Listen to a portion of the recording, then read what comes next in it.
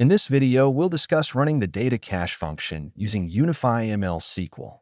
Running the UnifyML data cache algorithm with UnifyML query. Here, we execute our UnifyML data cache function using UnifyML SQL. Let's take a look at this simple UnifyML data cache function. Before running the UnifyML data cache function, let's first check the data you are caching. We'll use housing as the table name. I'm limiting the query. Run this query, and it will execute in the backend of our UnifyML server. These are all the input columns of the housing data. Now I'm caching this table using our UnifyML data cache. Data cache input table. Mention the required input table name.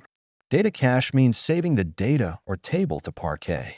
Here, I'm saving the housing data to Parquet, which means saving it to disk for further use or better performance with the output cache ID.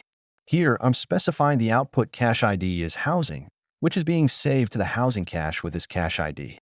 There are a few more parameters for data cache, which you can find in the UnifyML documentation. Input table, output cache ID, partition column. Mention the column name you want to partition by. Input columns, specify the columns you want to cache. Input data types, if you want to change a column's data type, use the input data types parameter. Number partitions, specify the number of partitions. Cache type, define the type of cache. Bytes per chunk, set the chunk size.